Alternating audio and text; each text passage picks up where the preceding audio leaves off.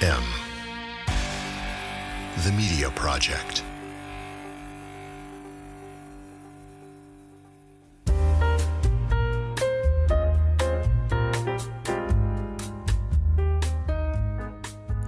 We've had the pleasure of featuring baritone saxophonist Claire Daly twice in the Are We Here Yet music feature, The Jazz Room. Host Joan Watson Jones first sat down with Claire at Studio 952 in New York City to talk with her about her CD, Baritone Monk, recorded at the North Coast Brewing Company. In our second interview, Claire spoke to Joan regarding her recording, The Mary Joyce Project-Nothing to Lose, which tells the story of her father's cousin, Mary Joyce, who crossed Alaska on dog sled alone in the mid-1920s. Learn more about Claire and her music at www.clairedailymusic.com. Now, enjoy the show.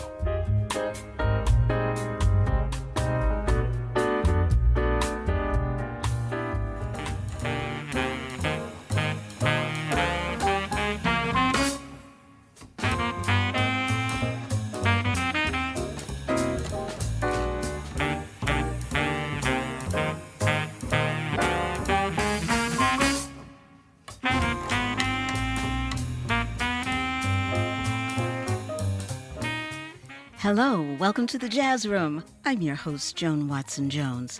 Thanks for stopping by.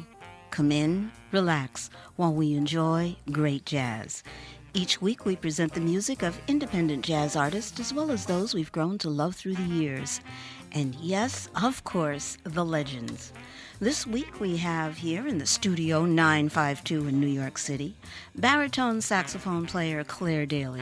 Welcome, Claire. Hi, I'm so happy to be back. Now, this is the third time you've been on our show. Yes, it is. And this is an exciting CD.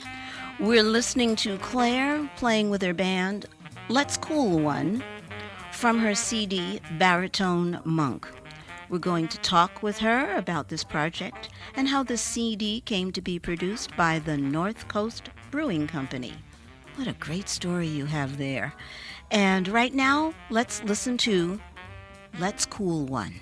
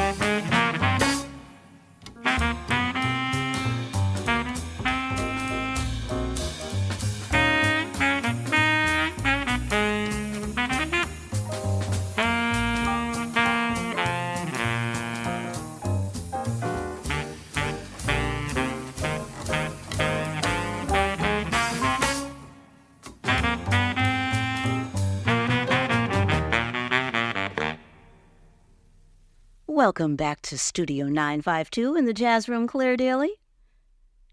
Hello. Hi there. Welcome back. Yes. Great to be back here. I love your kitchen, Joan. Yes, we call these the kitchen table chats because it actually is a kitchen table. It's an awesome kitchen table in a great house in Harlem, and it's just so fun to be here. I love it. Oh, thank you. Thank you. I'm so glad you came up. Now, this CD, Baritone Monk, Yes. is awesome. Thank you. And I managed to listen a little bit online before you even gave me the CD. So I'm like really excited about this. Now, tell us how you came to work with the North Coast Brewing Company. Well, actually, the way back in 1999, I got my first computer, which was a little late getting to the game, but that's when I got my first computer. And I had just put out my first CD as a leader, Swing Low. And I got an email from a DJ out in Northern California who liked the CD. And he wrote a nice email, and we had a nice exchange. And I thought, I would love this technology thing. And so that was Doug Moody, who later brought me out to Northern California to play in a jazz festival that he was booking. And it turns out he is one of the owners, the co-owner of the North Coast Brewing Company that makes Brother Thelonious Ale. Oh, yeah. Yeah. So that's how I came to work with the North Coast Brewing Company. Is I had known Doug from earlier on. He was a jazz DJ also. That was another thing that he did. He's had a few different careers. So he that was our initial contact. He brought me out a couple times to play in Mendocino. That is really cool. That's nice. Now, how did the concept emerge for Baritone Monk? Well, that was an amazing day. I guess that emerged by the phone ringing, because Doug called me up and he said, how would you like to come to the West Coast, do an 8-day tour of Monk tunes, doing Monk music, then we'll come back to New York and make a record at AWHY with Jim Anderson, at the greatest studio with the greatest engineers. That's like out of the movies. Let's make a show. It's, you know what, Joan? I think of it as it's something that couldn't possibly happen, Right. Yet it did. Yes. So it was just one of those. It's actually the beauty of this life in music for me is that the phone can ring and your life can change, or your luck can turn around, or just anything can happen. It's if you just keep at it and you stay the course, as they say. Anything can happen. And this really was as a result of, if I trace it back, I mean, my first CD had been sent out by Koch Jazz. That was on Koch. And Naomi, who worked at Koch, said to Doug, I think you'll really like this one. And he really did. And, so there's always a chain. It's always when you look at the chain back, there are always many people that were involved in the connections being made. And it evolved over time. Absolutely. Right. Absolutely. Right. Because the North Coast Brewing Company, now they support live jazz. 100% of the sales of this CD goes to the Monk Institute for Jazz Education. Cool. So they were very generous with us. They brought us out for this incredibly fun tour, and they took very good care of us, doing the tour and making the record. Oh, that's great. Now, are there any of your own compositions on the CD, or is it all Monk? You know what? It's all Monk, and the idea was we said, let's pick tunes. Because everyone in my band and myself included, we've loved Monk our whole lives. So we said, let's find some of the ones that aren't as well known and that aren't as aren't recorded as much, and do some of the more obscure Monk stuff. Okay, so so everybody will know that on the show, all the songs we're playing from your CD are Monk tunes. Thelonious Monk The whole tunes. album The is whole Monk album. tunes. Yeah. Now, tell us about your bassist, Mary McSweeney, because we have coming up very, very shortly, Light Blue, another cut. Well, Light Blue is a feature for Mary Ann. She's the bassist in the band. She's one of my oldest friends. Oh, she's one of my best friends, really. I mean, we're great friends, and she's a wonderful player and a hilarious person. And we've enjoyed many fun times on the road and otherwise, just hanging out in New York and doing stuff. And so we did Light Blue as a feature for her, and she does a lot of bowing. I particularly like the sound of the baritone sax and the bass being bowed. I like it together, and just I feel like they complement each other kind of beautifully. So we took the melody and split it up a little bit. I start the melody, the first line, and she finishes it, and then I start a line and she finishes it. Well, now that we've gotten everybody excited about this tune, let's listen to Light Blue.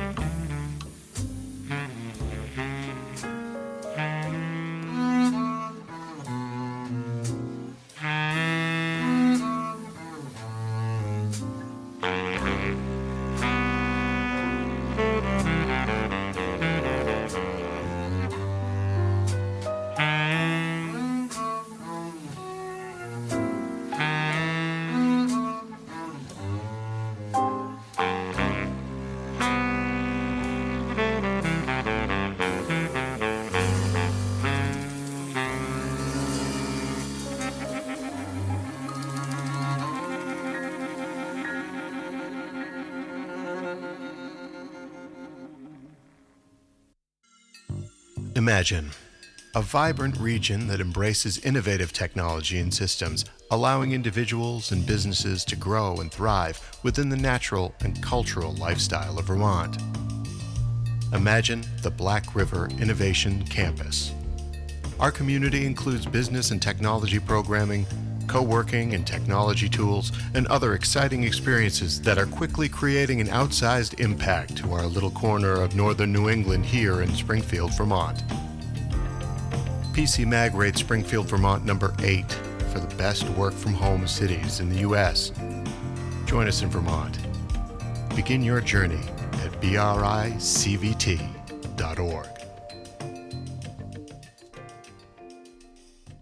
You're in the Jazz Room. I'm your host, Joan Watson Jones. We're here with baritone sax player Claire Daly, and you just heard Light Blue from her CD, Baritone Monk.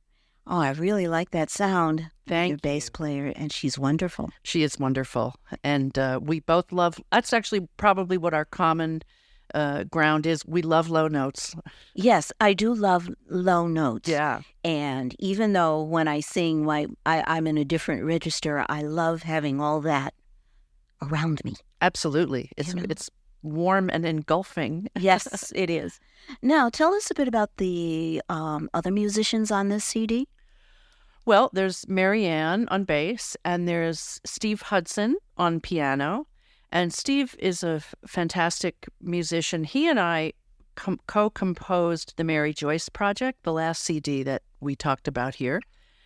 And I just love his playing, and I love his musical sensibility. He's fantastic to play with, and also another great human. That's an important quality to me. I have to really like the people I'm working with.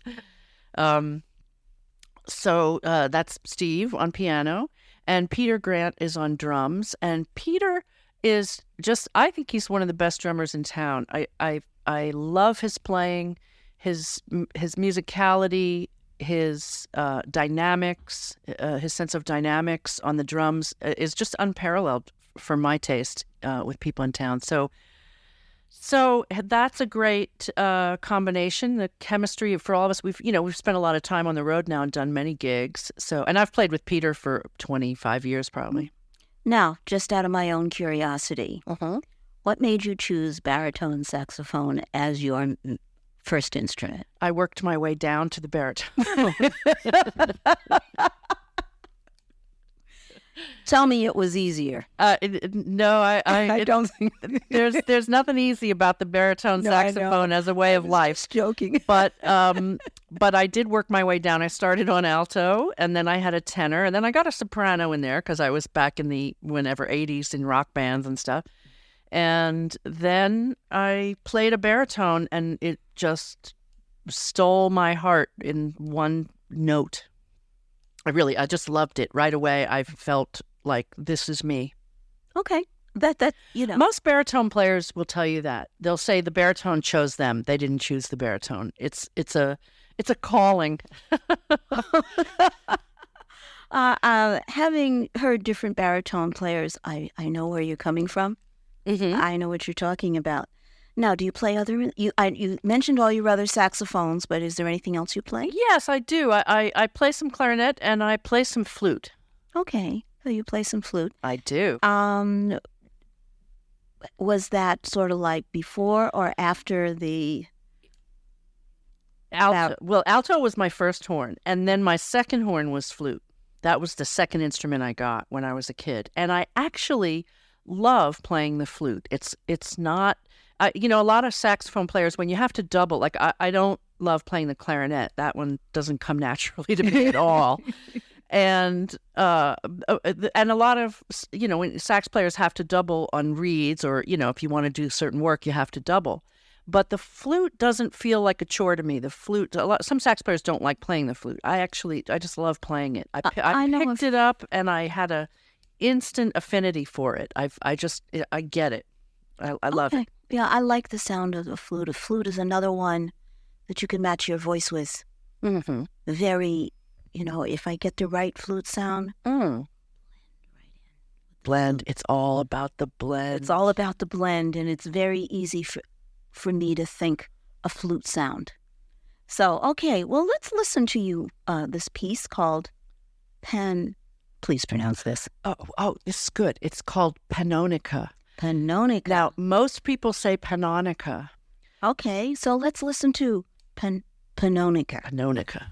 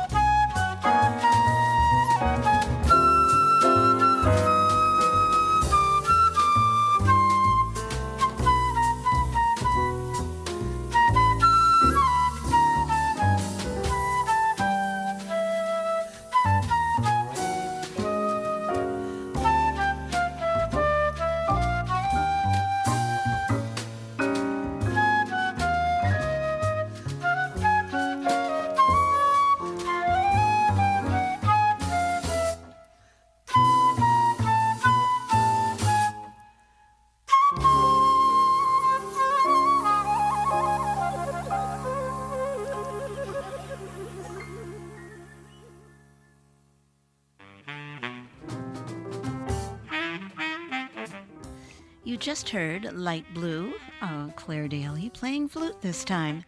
And now we're listening to 52nd Street Theme. This is going to take us out to the end of the show, but we're going to talk a bit first. And Claire, you said there was something about Pannonica. Pannonica? The song is named for the monk's patron, the Baroness, Nika. And Joel Forrester is a musician I work with who was also under the patronage of the Baroness. And she once said to him, he said something about Pannonica, and she said, "Long O, Joel." So she would pronounce it Pannonica, so I always do. Pannonica. So that was the tune with you playing the flute. And now we're into 52nd Street Theme. And, well, we just have a little bit of time. I want people to hear this. So just tell people how they can learn more about you on the internet and how to buy your CD, Baritone Monk. Well, Baritone Monk they can get at the North Coast Brewing Company website. That's the only place that's for sale. Can't get that anywhere else because they want all the proceeds to go to the Monk Institute. So they sell it and they donate generously to the Monk Institute, above and beyond, but all the sales go there. My website is www.clairedalymusic,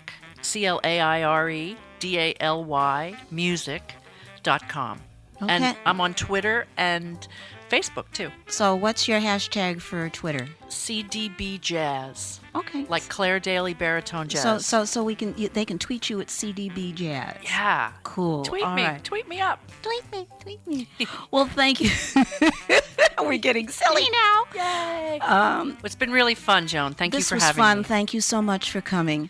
And we're going to listen to a little bit of this 52nd Street Theme.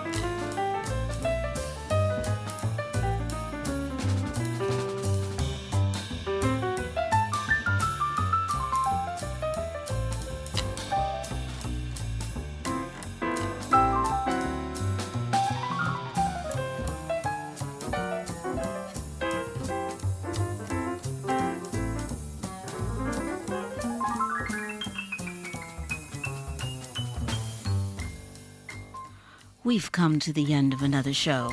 Thank you for spending time here with us in the Jazz Room. You can now find me on Twitter, hashtag @MsJazzKitty, or you may email me through the Jazz Room page of my website, joanwatsonjones.com. Until next time, you have been in the Jazz Room. I'm your host, Joan Watson Jones.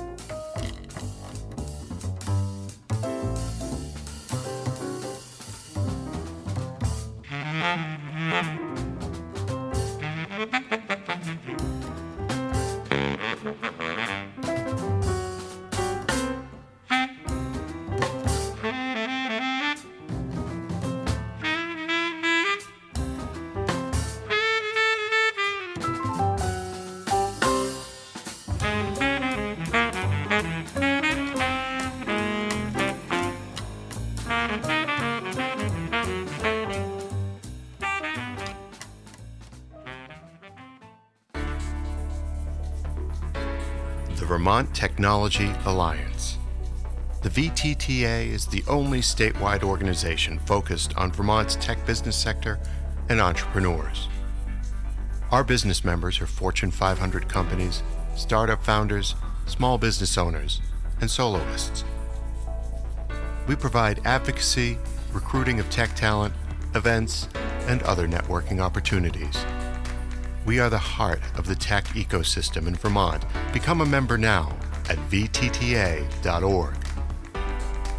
The Vermont Technology Alliance. Tech thrives here.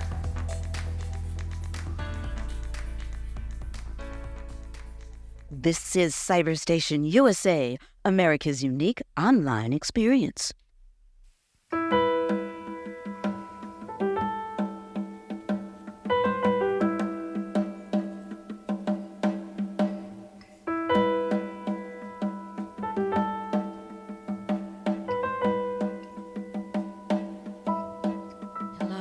Welcome to the Jazz Room. I'm your host, Joan Watson Jones. Thanks for stopping by. Come in, relax while we enjoy great jazz. Each week we present the music of independent jazz artists as well as those we've grown to love through the years. And yes, of course, the legends. We open the program with Guidance, composed and performed by baritone saxophonist Claire Daly. Claire is here in Studio 952 in New York City. Welcome, Claire. Hello. So good to have you here again. Back in the kitchen. Great to be back in the kitchen, isn't it? Yes. Now, Claire is here to tell us about her relative, Mary Joyce, and the music she has written in honor of Mary. The CD is titled The Mary Joyce Project-Nothing to Lose. Right now, enjoy Guidance.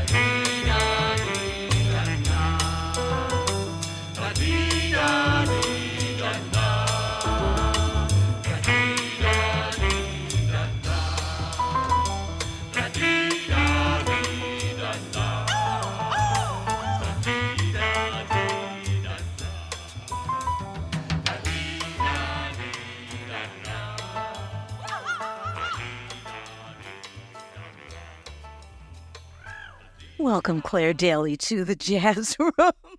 Now, I have to ask you before we do anything else, was that all your sound effects, including the birds? Yes. Yes, sound effects were me. And I did manage to crack up Marianne McSweeney, the bass player, sufficiently so that she couldn't keep going. She had to stop singing at that point. I just had to laugh there, that's all. Now, first tell us, who is or who was Mary Joyce? Mary Joyce was my father's first cousin, and she was a woman who had moved. It's a wild and wonderful story.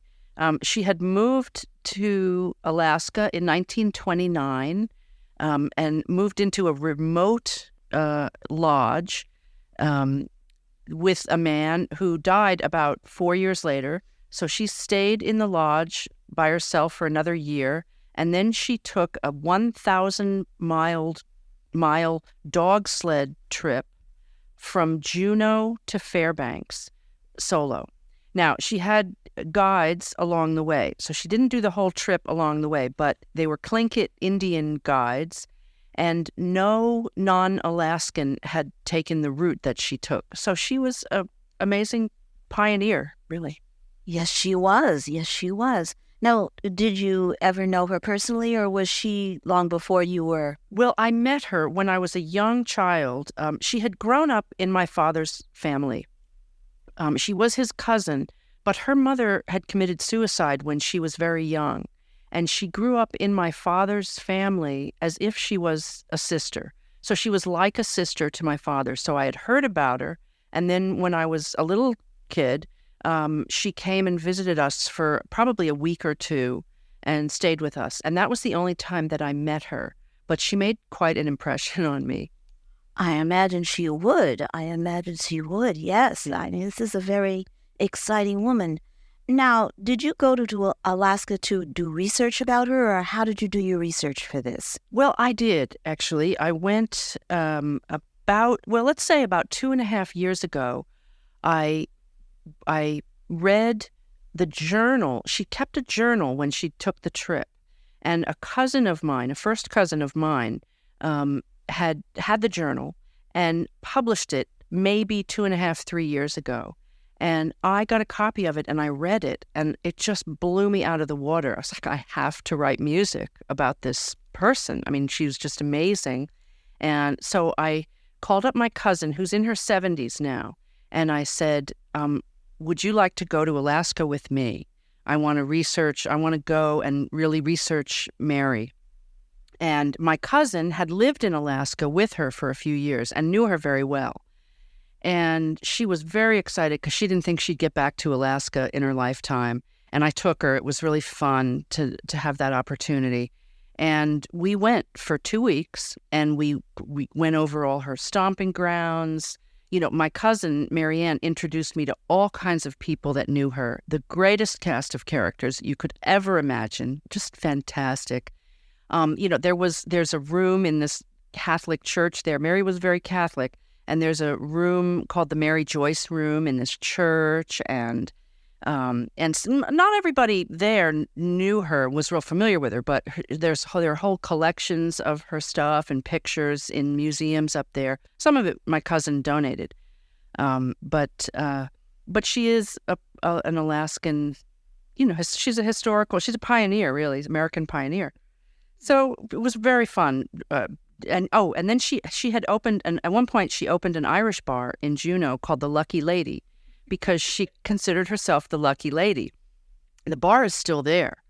So we stayed in the Alaskan Hotel, which was across the street at turn of the century hotel. And the bar is old and weird and cool.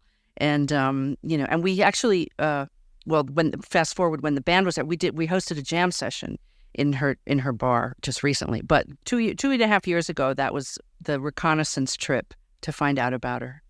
That is fascinating. I just love hearing about the women of the 20s and how many of them just went out and were independent women long before their time. I think that's just a wonderful thing. Well, not only was Mary this pioneer on dog sleds, she also, the reason she bought the bar was she was tending bar somewhere else, and it was against the law for a woman to be a bartender. So she bought a bar so she could be the bar owner, and then she could tend bar. She could do what she wanted. Anything that you told her she couldn't do, she was going to do. She started to become a pilot, but she wrecked a plane, so she decided not to do that. She was a stewardess. You had to be a nurse she was a nurse also, by the way. And you had to be a nurse to be a stewardess in those days. So she became a nurse and did many interesting, she ran supplies to the Allies by dog sled during World War II. Wow. Yeah. Wow. Now that's what you call all around doing whatever she felt she needed to do. Yeah. She did it. Girlfriend had some moxie. No kidding there. Girlfriend had some Chutzpah. Yes. Well, now let's go to another cut titled Lonely Wilderness. And we'll talk about that when we get back. Okay.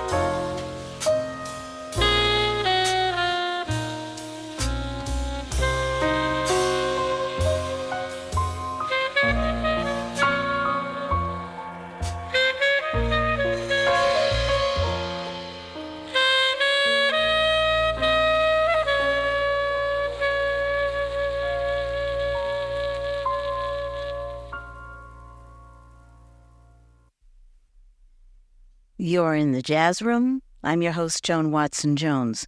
We're here talking with our guest, baritone saxophonist Claire Daly. You just heard Lonely Wilderness from her CD, the Mary, just lost it, the Mary Joyce Project. And Claire, tell me more about Mary. Well, one of the places that we went when I went with my cousin to research her and was the lodge, the Taku Lodge. And it is the most remote and beautiful place I've been in my life. And Mary lived there for 5 years. And it's on this channel. It's on the Gastineau Channel. And, you can't, it's so remote. There's a glacier right across the channel. The hole-in-the-wall glacier is right there. And it's incredibly beautiful. And they lived there and gave tours, hunting tours and nature tours and various things, to people. Groups of people would come up to the lodge and stay there. And it's an extraordinary and spectacular place. It's still there. It is now, they do a salmon bake there during the cruise ship seasons. Now it's, the cruise ships go to Juneau and they all pull in. And people can take a short flight out to the lodge and have a delicious salmon meal. Anyway, Mary lived out there, and that's where she left from to go on the trip. And my cousin and I were invited to spend the night there, which was really exciting, back 2 years ago. So we got to stay there, which the people don't stay there anymore, except for the volunteers over the season that work there. So we had kind of a thrill. And I will say that at that time, I really thought, I was thinking about Mary kind of the whole time, and it's very remote. And she was there for a year after she lost her partner. So I thought that was, for as upbeat and positive and amazing as she was, that had to have been a lonely time. So I wanted to write a ballad that wasn't overly sentimental, but that sort of portrayed the bittersweet beauty of the Taku Lodge. And so Lonely Wilderness, yes, was written for that. I can visualize that. It's just really, really an interesting thing. Now, you took your band.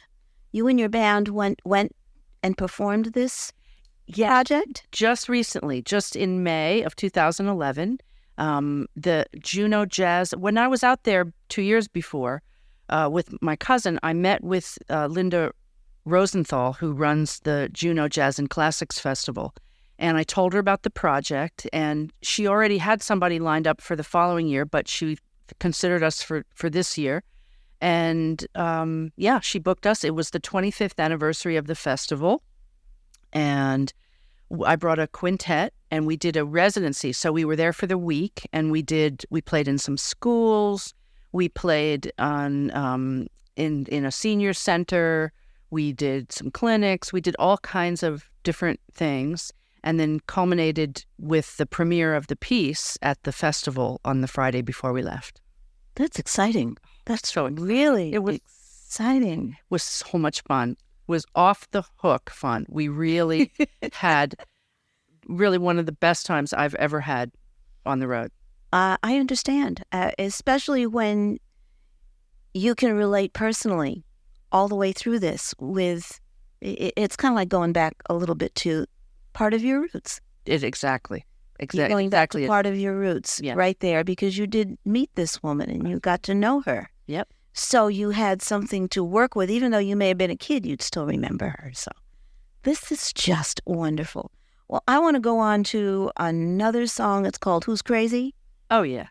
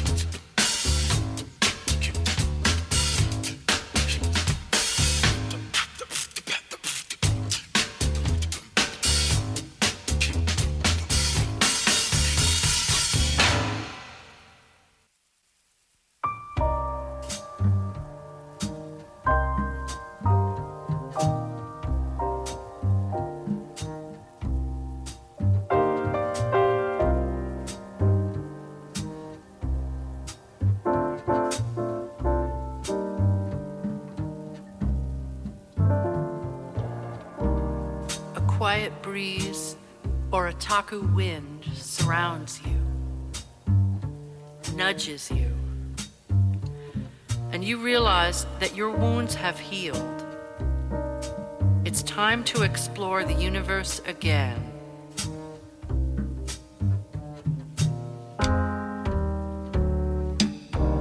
You discover that the walls of life are not made of stone, but of dreams deferred.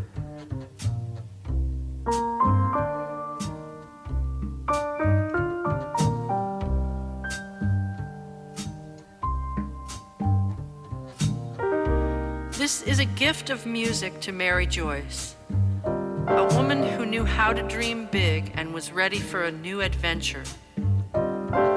With everything to lose and nothing to lose, she left Juneau in December with a helpful guide and a dog team to make it to the Ice Festival in Fairbanks by March.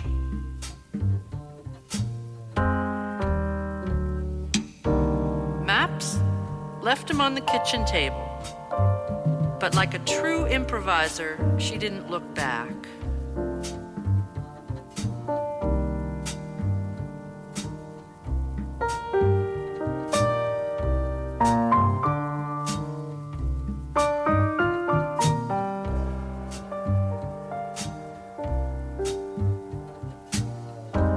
Mary was a complete original, yet her story is not completely unique.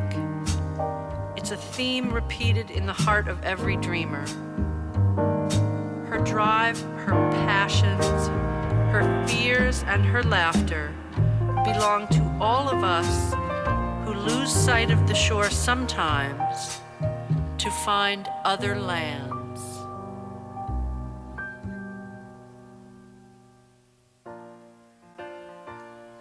Claire, this has just been so much fun. It has been a ball for me too. Thank you. Yes, and tell me a little bit about the musicians very quickly. Well, the band, my beloved band. Steve Hudson is the pianist and other composer. We wrote the music together. We co-wrote some of it and we did some of it individually. Mary Ann McSweeney is my dear friend on bass and Peter Grant, who's on several of my CDs, on drums, and Napoleon Maddox, human beatbox. How about that? I like that. And how can everybody find you on the internet? Everything is for sale at my website, which is www.claredaly.com, claredailymusic.com, CLAIREDALY music.com. And I just put this up on CD Baby in the last 24 hours, so that should be up there pretty soon. Okay. And thank you so much for coming to the Jazz Room again. It's a pleasure. I love it here in the kitchen. Thank you. I can stand the heat. We love hearing from you. You may send your comments and questions through the Jazz Room page of my website, joanwatsonjones.com.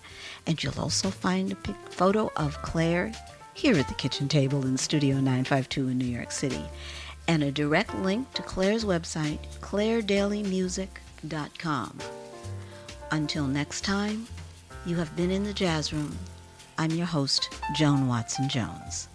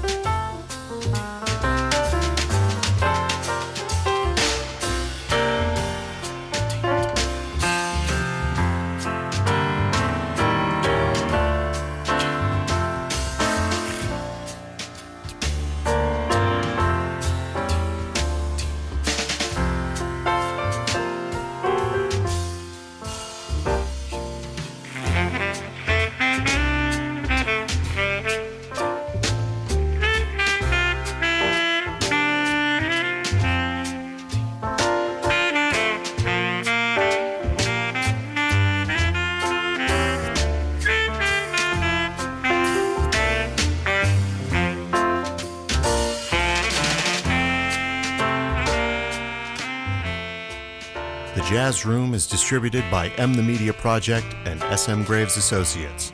Learn more at smgravesassociates.com.